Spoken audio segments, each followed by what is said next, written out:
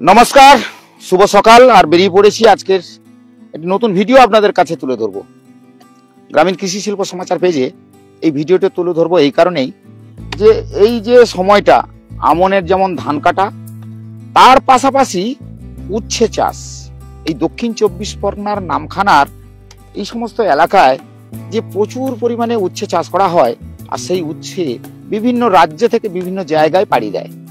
বিশেষ করে উচ্ছে চাষ করতে গেলে কিভাবে চাষ করা হয়, যারা চাষি তারাই বলতে পারবে, তাদের সঙ্গে তো অবশ্য কথা হবে। তবে এই যে দেখতে পাচ্ছেন উচ্ছে যে গাছ হয়েছে, গাছটা দেখে যাচ্ছি আমি, যিনি ক্যামেরা ধরে আছেন ওনাকে বলবো এই হচ্ছে গাছ ইতিমধ্যে। তবে দাদা চাষ করেছেন, দাদার সঙ্গে কথা বলি। দাদা একটু আপনার সঙ্গে কথা বলি, উনি চাষ করেছেন যেহেতু এই দর্শকরা দেখছে। আপনার এই দেখতে পাচ্ছি দক্ষিণ 24 পরগনার নামখানাতে প্রচুর পরিমাণ উচ্ছে চাষ করা হয় এবং এই উচ্ছে বাজারে গিয়ে বিভিন্ন রাজ্যে বিভিন্ন জায়গায় চলে যায়। তো এই উচ্ছে চাষের পদ্ধতি যদি আপনারা একটু বলেন, তারা অন্যান্য কৃষকরা যারা রয়েছে, অনেক চাষি রয়েছে যারা পদ্ধতি জানে না, তারা আপনাদের কাছে শুনে তাহলে তারাও কিন্তু এইভাবে উচ্ছে চাষ করতে পারে। কিন্তু সুন্দরবনের বিভিন্ন জায়গায় শুধু ধান পান বিভিন্ন কিছু তো চাষ হয়, তো উচ্ছেটা এখানে প্রচুর পরিমাণে হয়। তো একটু চাষি যদি ক্যামেরা দিকে একটু বলুন। হ্যাঁ, দেখুন, উচ্ছে চাষ এবারে যে যেরকম পদ্ধতিতে করে, কেউ সরাসরি মাদা কাটিয়ে মাদায় বীজ পোতে, কেউ পটে করে। আমি যেরকম পটে করেছি, 1 মাস হয়ে গেল, 1 মাসের পরে আমি পট নিয়ে লাগিয়েছি। মানে ছোট ছোট পটে দানা দিয়ে? হ্যাঁ, ওই পলি পেপার, যে পলিতে মাটি দিয়ে ওই ওতে বীজটাকে রোপণ করা। আচ্ছা, তারপরে ওই গাছটা বড় হলে মাদা কাটিয়ে মাদায় বসানো হয়, মাদায় বসিয়ে দেওয়া হয়, নার্সারি টাইপের। হ্যাঁ, আবার কেউ কেউ এমনি মাদা কাটিয়ে মাদায় বীজ রোপণ করে। অনেক সময় তাতে পোকা মোকা লাগতে পারে, হ্যাঁ, যার ফলে পটে ভালো হয়। এটা লাভ হয় আর কি, মানে মাদায় দিলে পোকা টোকা কেটে দেয়। আচ্ছা, এটা কখন থেকে শুরু হয়? মানে আপনাদের এটা উচ্ছে চাষ করেন কবে থেকে শুরু করেন? এটা শুরু করি আমাদের ধরুন এই শ্রাবণ, এটা কি মাস চলছে? এটা কার্তিক মাস। কার্তিক মাস, ওই আশ্বিন মাসের মাঝামাঝি থেকে প্রচুর আমন ধান রয়েছে, কাটা হয়েছে, ওই করা হয়েছে, পটে দেওয়া হয়েছে। এবারে মাঝখানে যাদের মোটা বাঁধ, জল নেই, তারা কাটিয়ে বসে দিয়েছে। মানে ভেড়িতে করে এটা চাষ হয় বেশি। এই যে একটু হ্যাঁ চাষ করা। এবছর আপনি কতটা চাষ করেছেন? আমি 150 করেছি, এবছর কম করেছি। গত বছর বেশি করেছিলাম, এবছর কম করেছি। কি দানা দিতে হয় যেহেতু উচ্ছেটা বড় বড় হয়? হ্যাঁ, ওতে তো সার্ভিস দিতে হয় না। দানাটা এর অনেক প্রজাতির নাকি দানা রয়েছে, উচ্ছে দানা? হ্যাঁ, উচ্ছে তো অনেক রকমের আছে, অনেক রকমের দানা আছে। এটা কি হাইব্রিড? এরা সব হাইব্রিড, এখন সব হাইব্রিড। মানে দেশি উচ্ছে না, এখন দেশি উচ্ছে চাষ নেই, সব হাইব্রিড। মানে এতে ফলনটা বেশি, হাইব্রিডে ফলনটা বেশি। আচ্ছা, খরচ খরচা বাদ দিয়ে আপনারা লাভবান হন তো?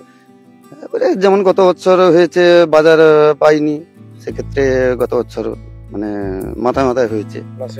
হ্যাঁ, বাজারের উপরে নির্ভর করে, ফলনের উপরে নির্ভর করে, যেরকম ফলন ফলাতে পারবে সেরকম এরকম করতে হবে।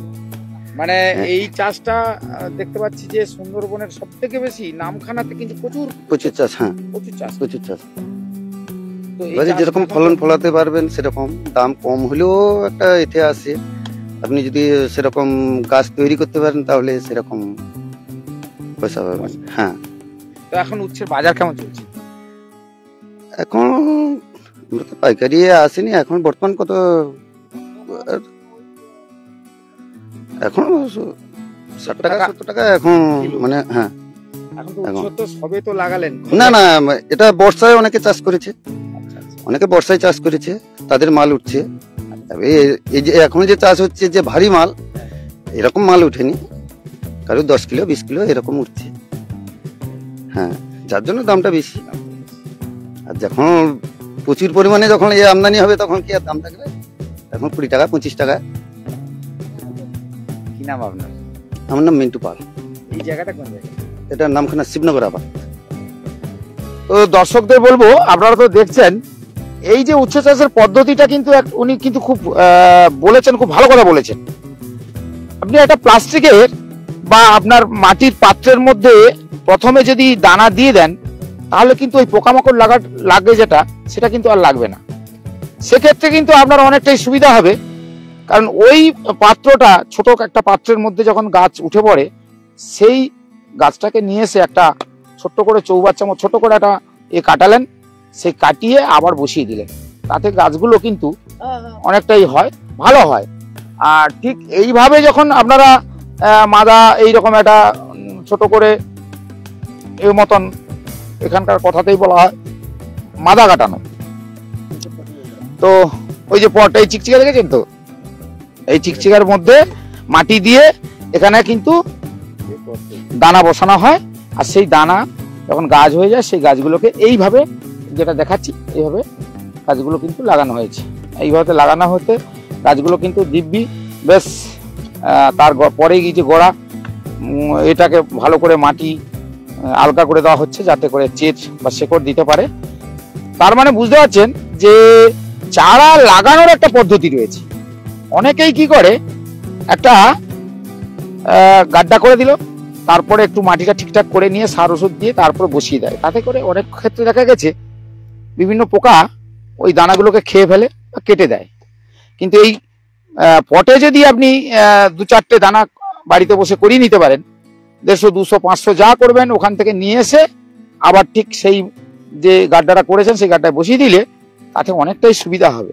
তবে এই অভিজ্ঞতাটা আমার কিন্তু জানা ছিল না, বা অনেকেই জানেন না। তবে এটা কিন্তু খুব সহজ পদ্ধতি। এই পদ্ধতিটা এনারা ব্যবহার করেছে, তাতে করে এই চারা কিন্তু নষ্ট হয়নি, একটাও চারা নষ্ট হয়নি। সব চারাগুলো কিন্তু দেখতেই পাচ্ছেন, আমি দেখাচ্ছি। আর এখানে যেহেতু দাদা 150 চারা চাষ করেছে, আর এই গোড়াটা আলগা করে দিচ্ছে, মানে শেকড়টা দেবে। তবে এই উচ্ছে চাষের একটা ভালো পদ্ধতি আপনারা জেনে গেলেন। আমরা যদি না, এই যিনি চাষি বা যিনি কৃষক, তিনি যদি না এই কথা বলতেন, তাহলে কিন্তু আমরা জানতে পারতাম না। অনেকেই জানেন, আবার অনেকে জানেন না। কারণ অনেকে চাষ করার ইচ্ছে থাকে, কিন্তু ঠিক ভুলভাল পদ্ধতিতে চাষ করলে সেখানে কিন্তু চারাগুলো মরে যায়। কিন্তু এক্ষেত্রে চারা মরার কোনো রকমের কোনো ব্যাপার নয়, চারা মরবে না। কারণ 5টাই চারা 5টাই হবে। তো চারাটা দেখতেই পাচ্ছেন, আমি সেটা দেখাচ্ছি।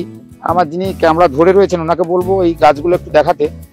আর এইভাবে কিন্তু উচ্ছে গাছগুলো, আর উচ্ছে গাছগুলো এইভাবে লাইন দিয়ে একটা কতটা দূরত্বে দাদা লাগাতে হয়, মানে আপনাদের কত? 2.5 হাত দূরত্বে লাগাতে। হ্যাঁ, দুদিকে গাছ করবে, দুদিকে গাছটা বাইবে, ওই জন্য 2.5 হাতে করেছি। একদিকে যখন হবে তখন 3 হাতে। 3 হাত। আর ডিসটেন্স মানে মাঝখানে মিনিমাম 10 ফুট রাখতে হবে। 10 ফুট ডিসটেন্স। কারণ দুদিক থেকে গাছ যখন আসবে তখন 10 ফুট মাঝখানে রাখতে হবে। আমি কৃষক বন্ধুদের কাছ থেকে জানলাম, যে কৃষক বন্ধু উনি বললেন, আর যারা দর্শক দেখছেন আপনাদের বলি, এই যে দূরত্বটা, মাঝখানে যে দূরত্বটা, এপার থেকে ওপারে একটা দূরত্ব দেওয়া হয়েছে। এই দূরত্বটা দেওয়ার কারণ, এই উচ্ছে ধীরে ধীরে এই জায়গাতে এদিক থেকে ওদিকে বাইবে, এদার থেকে ওদিকে যাবে। যার ফলে সুবিধা হবে কি, যে উচ্ছে ঝুলে থাকবে, বা এইটার মধ্যে উচ্ছে থাকবে, এসে তুলতে পারবে। তো এই যে ডিস্টেন্সটা দেখছেন, অনেকটাই ডিস্টেন্স। আর 2.5 ফুট 3 ফুট তো দাদা বলেই দিলেন যে দূরত্ব রেখে আপনাকে মাদাটা কাটাতে হবে বা চারা লাগাতে হবে। সেক্ষেত্রে কিন্তু আপনার চারা অনেকটাই উন্নতি হবে এবং চারা যথারীতি ফসল ভালো হবে। তো সার ওষুধের যেভাবে দাম বেড়েছে, কৃষকরা সেটা বলছেন। তবে জৈব সারটা বেশি করে ব্যবহার করা খুব দরকার। কারণ মাটি যা পরিস্থিতি, ধীরে ধীরে এই মাটি একসময় দানা পড়লেই গাছ হয়ে যেত, এখন কিন্তু সার না দিলে গাছ ঠিক মতন হয় না। সেক্ষেত্রে অনেকটাই সমস্যায় পড়তে হয় চাষিদেরকে। কারণ ওই সার, বীজ, ওষুধ কিনতে কিনতেই তাদের অর্ধেকটাই চলে যায়। তবুও কি চাষি চাষ করবে না? চাষি চাষ করবে। কারণ চাষিদের যতই অনেক কিছু ক্ষতি হোক না কেন, তবু তারা ঘুরে আবার সেই চাষের জন্য দাঁড়িয়ে থাকে। যেমন আমন ধানের চাষ হয়েছে, তো প্রাকৃতিক দুর্যোগ তো একাধিকবার হয়েছিল, সময় মতন চাষবাস করতে পারছিল না। তার ফলেও কিন্তু এই দেখছেন বিঘের পর বিঘে শুধু আমন ধান। আমি যদি ছবিটা দেখাই, এখানে দেখতে পাবেন বিঘের পর বিঘে শুধু আমন ধান। কারণ এই আমন ধান চাষ হয়েছে, এবার আমন ধান কাটা হয়ে গেছে, অনেকের কেটেছে, আবার কাটা হবে, পেকে গেছে। আর তার মাঝে এই উচ্ছে চাষটা কিন্তু ইতিমধ্যে প্রায় এই নামখানা এলাকায় বিভিন্ন জায়গায় তারা কিন্তু এইভাবেই উচ্ছে চাষে শুরু করে দিয়েছে। উচ্ছে চাষ কিন্তু হচ্ছে। তো যারা দেখছেন তাদেরকে বলবো যে আপনারাও কিন্তু এই পদ্ধতি অনুযায়ী যদি চাষটা করেন তাহলে কিন্তু অনেকটাই লাভবান হবে। কারণ আপনার চারা নষ্ট হবে না, আপনার ডিস্টেন্স দূরত্বটা সেটাও বলে দিল। অর্থাৎ এই যে অভিজ্ঞতাটা অনেকের আছে অনেকের নেই, কিন্তু সেক্ষেত্রে সুবিধা যেটা হলো সেটা কিন্তু আপনারা বুঝতেই পারলেন। আর যেহেতু আমি সরাসরি লাইভে দেখাচ্ছি আপনাদেরকে, লাইভটা দেখছেন, আপনি কোথা থেকে দেখছেন নিশ্চয়ই কমেন্ট, লাইক, শেয়ার করবেন, জানাবে। আমরা এইরকম ভিডিও তুলে ধরি যাতে আপনাদের সুবিধা হবে। কারণ এই ভিডিওগুলো না তুললে আপনি জানতে পারতেন না। এই ভিডিওটা আজকে আমি কেন তুলে ধরলাম, এই ভিডিওটা এই কারণে তুলে ধরলাম যাতে আপনাদের অনেকটা সুবিধা হবে। কারণ এই যে আপনি জানতেন না, সরাসরি একটা গাড্ডা কেটে দানা বসিয়ে দিতেন, তাতে কি হতো, ওই পোকামাকড় খেয়ে কিন্তু গাছটা নষ্ট হয়ে যেত। কিন্তু ওই যে একটা পাত্রের মধ্যে 5টা কি 6টা দানা দিয়ে দিলেন, সেই গাছগুলো উঠে গেল, একটু বড় হওয়ার পরেই সেগুলো নিয়ে এসে ওই যে গাড্ডা কেটেছেন সেই গাড্ডায় বসিয়ে দেওয়া। তার মানে অনেকটাই সুবিধা হলো। এই পদ্ধতিটা আপনিও ব্যবহার করতে পারেন বাড়িতে। আপনি হয়তো অল্প চাষ করবেন, কিন্তু আপনি বাড়িতে ব্যবহার করে দেখতে পারেন, তাতে উপকৃত কতটা হবেন। নিশ্চয়ই উপকৃত হবেন, কারণ এই পদ্ধতিটা আমারও জানা ছিল না, তাতে কিন্তু অনেকটাই সুবিধা হলো। তো যাই হোক, এই হচ্ছে উচ্ছে চাষের প্রস্তুতি চলছে, উচ্ছে চাষ চলছে। আর তার পাশাপাশি আমন ধান দেখিয়ে দিলাম। আর সুন্দরবন মানে আপনারা সবাই জানেন যে সুন্দরবনের একাধিক জায়গায় কিন্তু চাষ হয়। এরপরে হবে বোরো ধানের চাষ, তারপরে আবার বিভিন্ন রকমের শাক সবজি, এগুলো তো চাষ হয়। তবে এই জায়গায় বেশি চাষ হয় উচ্ছে। এই সময়টা ধান কাটা শেষ, উচ্ছে শুরু হয়ে যাবে, শাকসবজি শুরু হয়ে যাবে। সত্যি বলে না যে মাটি খাঁটি, যে মাটি, এই ভূমি যে সত্যি খাঁটি, এগুলো এক সময় বন্যা হয়ে গেছিল, দুর্যোগ হয়েছে, তাতেও কিন্তু কৃষকরা সেদিনের কথা যেমন মাথায় রেখে আজও সেই চাষবাস করে আসছে, সেইভাবেই কিন্তু তারা পিছিয়ে নেই। তারা জানে রুজি রোজগার বলতে চাষবাস এখানে বেশিরভাগ মানুষের ক্ষেত্রে। কারণ এখানে বেশি আপনি পাবেন পরিযায়ী শ্রমিক আর এই কৃষক। আর চাকরি বাকরির কথা তো আপনারা সবাই জানেন, এটা আর কি নতুন করে বলার তো কিছু নেই। কারণ যাদের এখানে যেটুকু জমি ভূমি আছে তারাই ওই চাষবাস করে জীবন জীবিকা কোনো রকমে কাটায়। তবে হ্যাঁ, এই সুন্দরবনের একাধিকবার আমরা বলে বলে তো খবর দেখিয়ে দেখিয়ে আপনারা সবাই জানেন যে নদী বাঁধের হাল কেমন রয়েছে। এগুলো সময় মতন যদি এই সময়, এই দেখুন, এই সময়টা যদি নদী বাঁধগুলোকে সারানো হয় তাহলে কিন্তু অনেকটাই মজবুত হয়। এগুলো ঠিক সময় মতন করে না। বর্ষা হলে বর্ষার সময় সেই গিয়ে তখনই ওই টাপি টাপা দিয়েই কাজগুলো হয়, যার ফলে সমস্যায় পড়তে হয়, ওইগুলো ভেঙে আবার জল ঢুকে যায়। তো চাষি বাঁচলে, অর্থাৎ ভারতবর্ষ হচ্ছে কৃষিমাতৃক দেশ, তো এই কৃষকরা বেঁচে থাকলে, শুধু তো সুন্দরবনের চাষির কথা বলছি না, আপনার যারা চাষবাস করেন তাদের ক্ষেত্রেও অনেকটাই উপকার হবে। সেক্ষেত্রে চাষিকে আগে, চাষ যারা করেন, কৃষক যারা, তাদেরকে আগে বাঁচাতে হবে।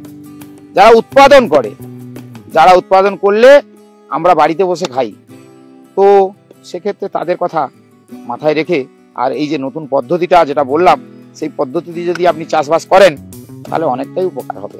তবে এই পর্যন্ত ভিডিওটা আপনাদের কেমন লাগলো নিশ্চয়ই আপনারা লাইক, কমেন্ট, শেয়ার করে অবশ্যই জানাবেন। আর গ্রামীণ কৃষি শিল্প সমাচার বরাবরই আপনাদের এলাকায়, গ্রামে পৌঁছে গিয়ে সেই খবরগুলোই তুলে ধরে। সবাই ভালো থাকবেন।